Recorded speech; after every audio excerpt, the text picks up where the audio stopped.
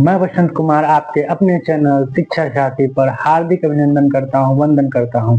आज जो हम लोग जानेंगे कि संख्या पद्धति के बारे में, यानी कि नंबर सिस्टम के बारे में। सबसे पहले हम इस सब चीज को एक एक करके समझे, उससे पहले चलिए कि एक नजर इस डायग्राम को देख लेते हैं। ये है क्या?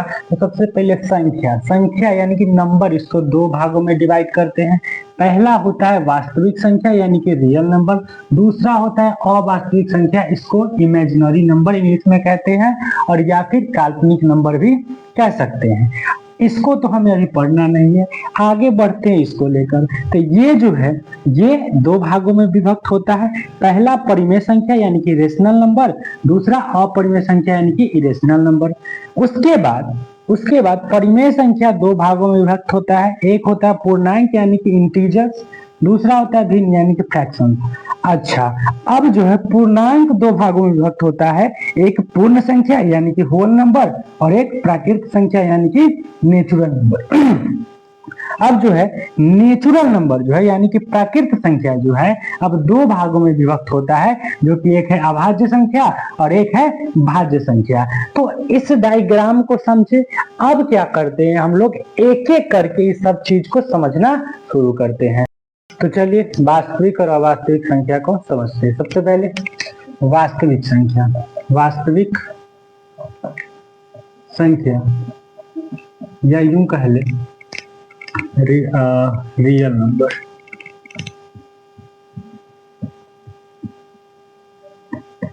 लिखेंगे वैसा संख्या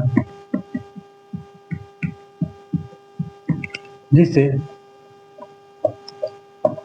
संख्या रेखा पर निरूपित किया जा सके उसे वास्तविक संख्या कहते हैं। जैसे 2, 4, 6/3, 0.936, 8, 4, 6, 9/5 etc। इस तरह के जितने भी संख्या है, जिसे क्या है ना संख्या रेखा पर निरूपित किया जा सकता है, वे सभी संख्या क्या कहलाएंगे? वास्तविक संख्या यानी कि रियल नंबर कहलाएंगे। अब चलिए कि आगे देखते हैं अब अवास्तविक संख्या। अवास्तविक संख्या या फिर इसी को कह देते हैं काल्पनिक संख्या या फिर इमेजिनरी नंबर।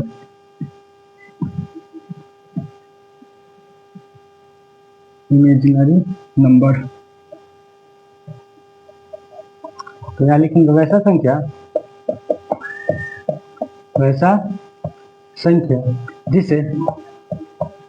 जिसे संख्या रेखा पर निरूपित न किया जा सके, जस्ट उल्टा उसका निरूपित न किया जा सके उसे अवास्तविक संख्या कहते हैं। जैसे √-2, √-1, √-3, √-5 etc।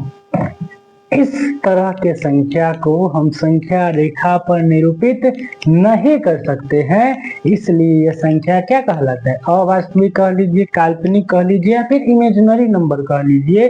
तो ये जो संख्या है इसे क्लास 10th तक पढ़ना ही नहीं है, इसे हम जब 11th क्लास में जाएंगे तब इसको समझेंगे। इसीलिए अभी चाहते हैं कि इस वास्तविक संख्या को लेकर आगे बढ़े। तो चलिए अब परिमेय और अपरिमेय संख्या को समझते हैं। सबसे पहले परिमेय संख्या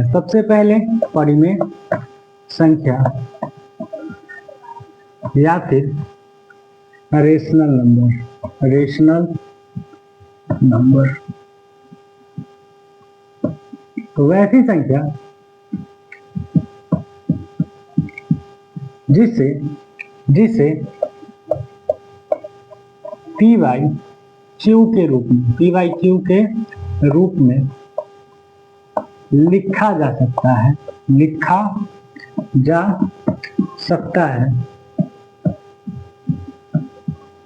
उसे परिमेय संख्या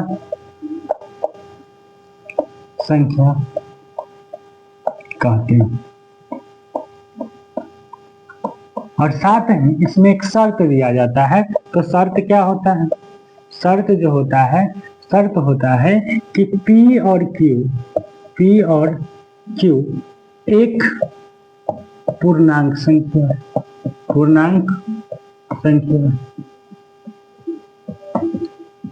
और Q कभी भी 0 के बराबर नहीं। अब उदाहरण लेते हैं। तो उदाहरण क्या ले सकते हैं समझिए। जैसे हम लिए 5, तो क्या 5 को P बाई Q के रूप में लिखा जा सकता है? तो बिल्कुल लिखा जा सकता है। क्यों? क्योंकि तो नीचे में कुछ नहीं है, इसका मतलब क्या है? 1 है। तो ये 5 क्या हुआ? P, 1 क्या हुआ? Q। तो ये आयन P बाई Q के रूप में, इसका मतलब ये परिमेय संख्या या फिर रेशनल नंबर है। अगला नंबर लेते हैं 0.5। अगर इस दशमलव को खत्म कर दे और नीचे एक अंक के बाद दशमलव है तो नीचे 1 0 यानी 10। अगर इसको काटे तो 5 दूना 10 यानी क्या आया? 1/2 आया। तो फिर ये भी जो है ये P हुआ, ये Q हुआ। इसका मतलब क्या है कि 0.5 भी क्या है? रेशनल नंबर है, यानी कि परिमेय संख्या है। अब ले लेते हैं √4। अगर इसको तोड़ा जाए तो इस क्या आएगा? 2 आएगा। और अगर नीचे कुछ नहीं, इसका मतलब क्या है? 1 है। इसका मतलब ये क्या हुआ? P हुआ। और ये क्या हुआ? Q हुआ। लेकिन इसका मतलब क्या हुआ कि √4 भी क्या है? परिमेय संख्या है। लेकिन अगर कहीं भी Q 0 हुआ, इसका मतलब वो परिमेय संख्या नहीं होगा। यानी हमेशा 1 से लेकर अनंत तक की संख्या हो सकती है, लेकिन 0 कभी भी नहीं होगा। अब चलते हैं अपरिमेय संख्या को समझते हैं। तो अपरिमेय संख्या या फिर इरेशनल नंबर। तो यहाँ पे वैसी संख्या जिसे P बाई Q के रूप में नहीं लिखा जा सकता है,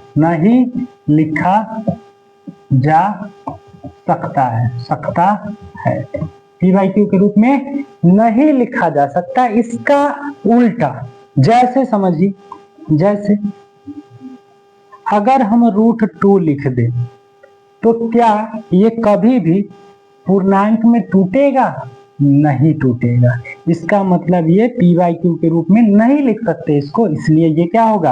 अपरिमेय संख्या होगा। इसी प्रकार से 0.25111 इस तरह से अगर संख्या लगातार संख्या बढ़ते जा रही है, कहीं पे छोर इसका नहीं है, तो ये भी क्या हो जाएगा? अगर ये अशांत प्रकृति का है तो ये भी क्या हो जाएगा? अपरिमेय संख्या हो जाएगा। इसी तरह से √5 भी क्या हो जाएगा? अपरिमेय संख्या हो जाएगा। इसी तरह से √12 क्या हो जाएगा? ये भी अपरिमेय संख्या हो जाएगा। ETC इस तरह से हम समझे कि परिमेय और अपरिमेय क्या होता है। तो चलिए अब पूर्णांक के बारे में समझ लेते हैं। पूर्णांक क्या होता है? तो चलिए तो लिखेंगे पूर्णांक यानी कि इंटीजर। चलिए लिखते हैं। तो वैसी संख्या नहीं, इसको लिखेंगे 0 से लेकर अनंत तक तक की सभी संख्याएं 0 से लेकर अनंत तक की सभी ऋणात्मक संख्याएं और 0 से लेकर अनंत तक की सभी धनात्मक संख्याएं पूर्णांक कहलाती हैं। यानी इसको समझिए, 0 से लेकर अनंत तक की सभी ऋणात्मक संख्याएं और 0 से लेकर अनंत तक की सभी धनात्मक संख्याएं पूर्णांक कहलाती है। लेकिन कैसे? तो समझिए, यहाँ क्या है? 0 है। यहाँ क्या है? 0 है। अगर 0 से आगे बढ़े तो यहाँ क्या आ जाएगा? -1 आ जाएगा, यहाँ -2 आ जाएगा, यहाँ -3 आ जाएगा, यहाँ -4, यहाँ -5। ऐसे करते करते करते करते अनंत तक, इनफाइनाइट तक। उसी प्रकार से यहाँ भी 1 2 3 4 ऐसे करते करते अनंत तक, इनफाइनाइट तक।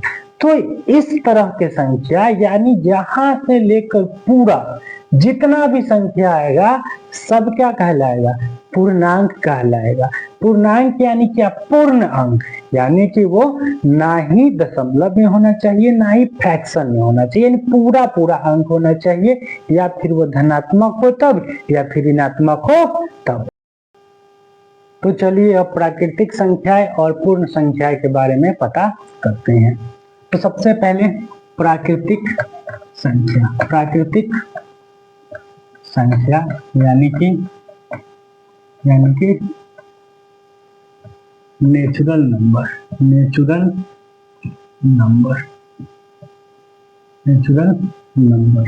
तो ये तो बहुत आसान, सीधा कहते हैं कि गिनती की संख्या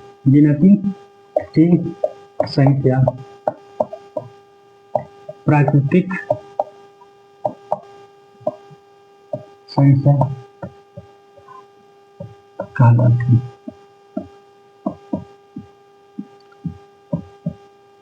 अब बात को समझिए, गिनती की संख्या कहने का मतलब क्या? कि अगर किसी चीज को गिनने के लिए जिस संख्या का, जिस नंबर का जरूरत पड़ता है, वही क्या कहलाता है? प्राकृतिक संख्या यानी नेचुरल नंबर कहलाता है। तो इसको लिख कैसे सकते हैं? तो 1 2 3 4 5 6 7 8 ऐसे करते करते करते ये अनंत तक है। इतना बड़ा है इसे कोई गिन नहीं सकता कि ये कितना बड़ा है। लेकिन हाँ, स्टार्ट कहाँ से होगा? तो हमेशा 1 से स्टार्ट होगा, लेकिन खत्म कहाँ होगा ये किसी को नहीं पता। अब चलते हैं पूर्ण संख्या की ओर। पूर्ण संख्या यानी कि होल नंबर।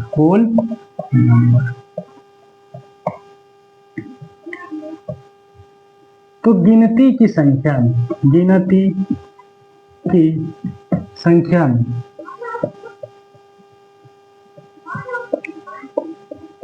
0 जोड़ देने पर वह पूर्ण संख्या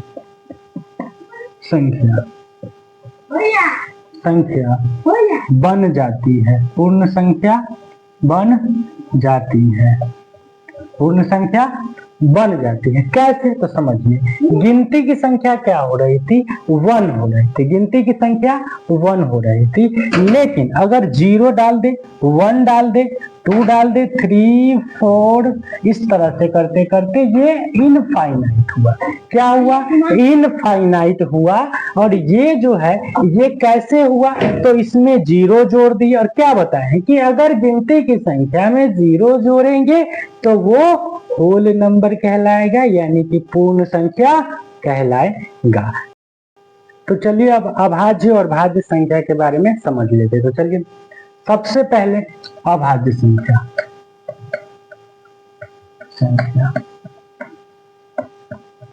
वैसी संख्या जो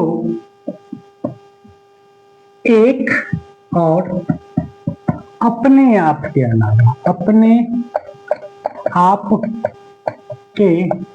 अलावा किसी और संख्या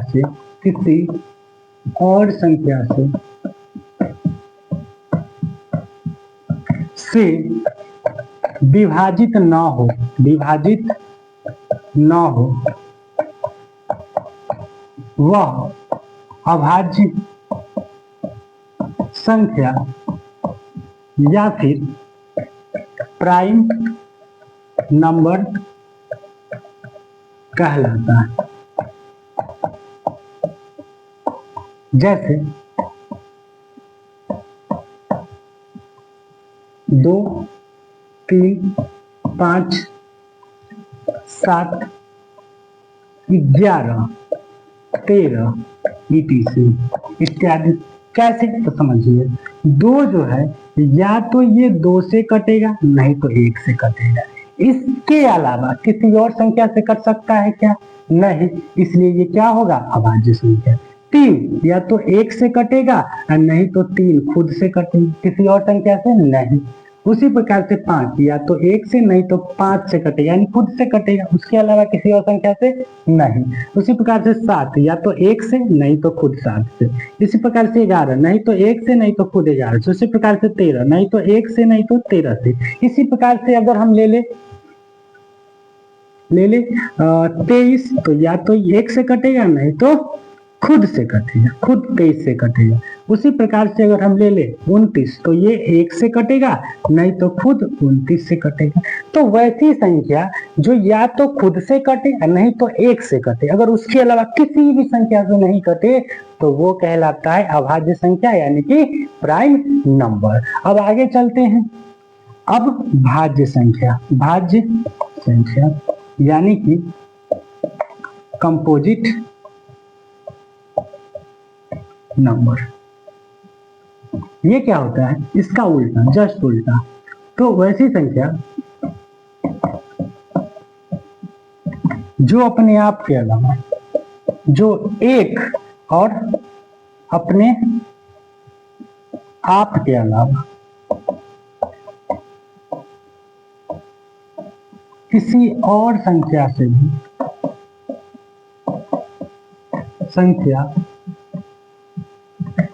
से भी विभाजित हो वह भाज्य संख्या कहलाता है। जैसे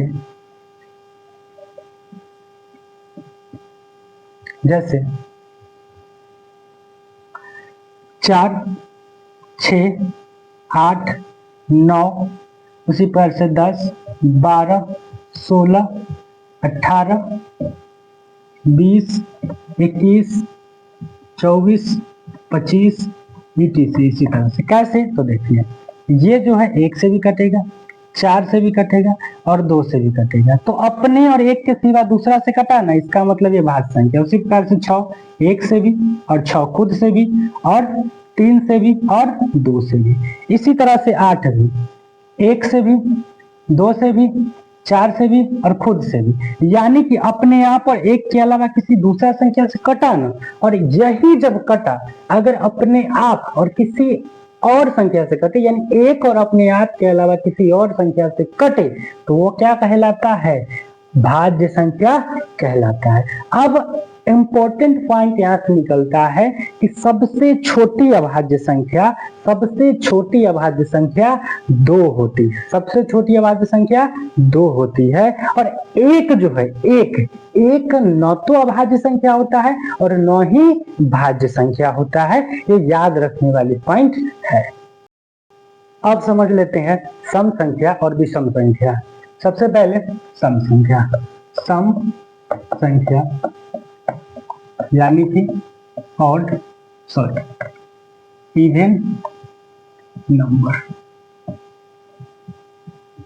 चलिए लिखते हैं। वैसी संख्या जो दो से पूरी तरह विभाजित हो जाए वह सम संख्या कहलाती है। जैसे 2, 4, 6, 8, 10, 12, 14, 16, 18, 20, 22, 24, 26 etc. इस तरह से। अब समझिए कैसे, क्योंकि अगर हम इसको 2 से भाग करें तो पूरा कट जाएगा, इसको भी 2 से भाग करें पूरा कट जाएगा। यानी सीधी सी बात है कि सम संख्या यानी कि इवन नंबर वो होता है जिसको 2 से भाग किया जाए और वो पूरा पूरा कट जाए, तो वो क्या कहलाता है? सम संख्या कहलाता है। अब समझते हैं विषम संख्या। विषम संख्या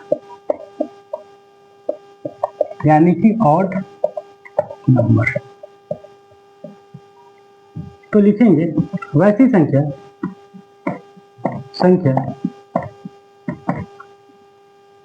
जो 2 से पूरी तरह विभाज्य या फिर विभाजित न हो वह विषम संख्या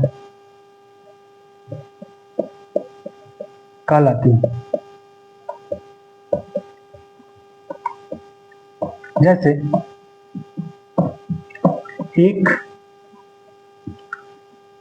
3, 5, 7, 9, 11, 13, 15, 17, 19, 21, 23, 25, 30 इस तरह के नंबर जो जिसमें 2 से भाग किया जाए और वो पूरा पूरा न कटे तो उसे विषम संख्या कहते हैं। तो जो जितने भी नंबर थे उस नंबर को मैंने इस वीडियो में समझाया है और आगे इस संख्या पद्धति का अगला भाग लाएंगे। यदि आप इस वीडियो को लाइक कीजिएगा और चैनल को सब्सक्राइब कीजिएगा